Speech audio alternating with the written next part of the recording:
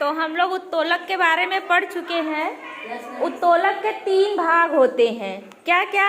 आलम्ब, भार और आयास। आलम्ब क्या होता है?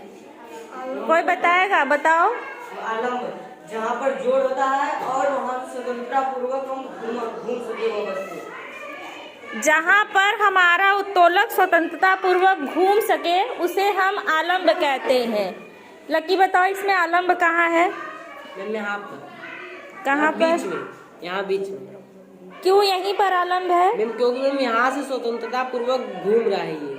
हाँ ठीक है, ये उत्तोलक यहाँ से स्वतंत्रता पूर्वक घूम रहा है। आप लोग ये पिन देख रहे हो? ये इस पिन के पास उत्तोलक स्वतंत्रता पूर्वक घूम रहा है, इसलिए ये इसका आलम्ब है।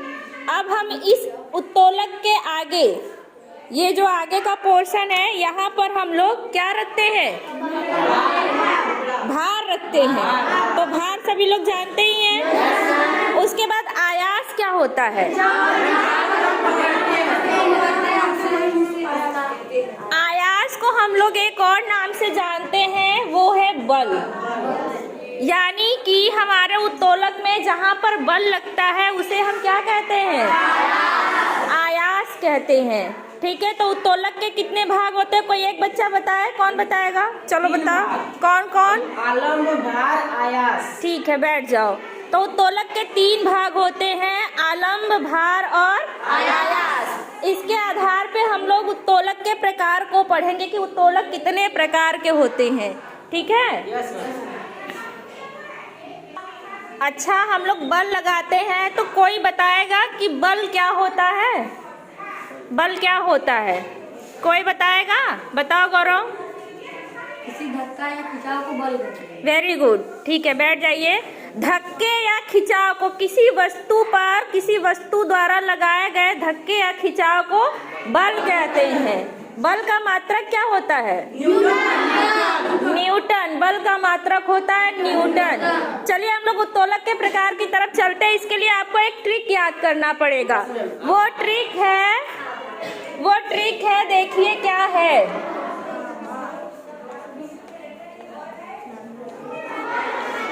वो ट्रिक ये है, आभा आया।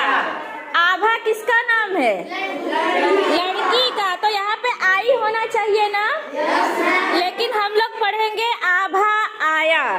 ठीक है, अब देखिए जो आभा आया है, इसमें आ का मतलब क्या है? इसमें आ का मतलब है आलम, भा का मतलब भार और आया का मतलब आयास। अब इसको हम बांट लेते हैं, ये फर्स्ट, ये सेकेंड, ये थर्ड। अभी बता रहे ये क्या है। अब देखिए जो हमारा उत्तोलक होता है उसके 3 भाग होते हैं, आलम्ब, भार, आयास। अब उनकी स्थिति क्या है उत्तोलक में, उसके आधार पे हमारा उत्तोलक फर्स्ट, सेकेंड और थर्ड प्रकार का होता है, प्रथम, द्वितीय और तृतीय। जैसे अगर हमारे उत्तोलक के बीच में आलम्ब होगा, ये आलम्ब, तो हमारा उत्तोलक जो है प्रथम श्रेणी का उत्तोलक होगा। ठीक है? अगर हमारे उत्तोलक के बीच में भार आएगा तो वो द्वितीय श्रेणी का होगा, और अगर हमारे उत्तोलक के बीच में आयास आता है तो वो तृतीय श्रेणी का उत्तोलक होगा। जैसे अगर हम बात करें कैंची की, कैंची किस श्रेणी का उत्तोलक है? देखिए ये है कैंची। ठीक है, कैंची को हम कहाँ से पकड़ते हैं? ये जो काला वाला भाग है यहाँ से पकड़ते हैं, यानी यहाँ पे बल लगाते हैं। ठीक है, ये आयास हो गया। और यहाँ देखिए कैंची के कोने पर सबसे ऊपर कपड़ा रखते हैं, तो वो भार हो गया। और स्वतंत्रता पूर्वक कहाँ से घूमता है? बीच में से। तो बीच में क्या आ गया? तो ये किस श्रेणी का उत्तोलक? प्रथम श्रेणी का उत्तोलक होगा।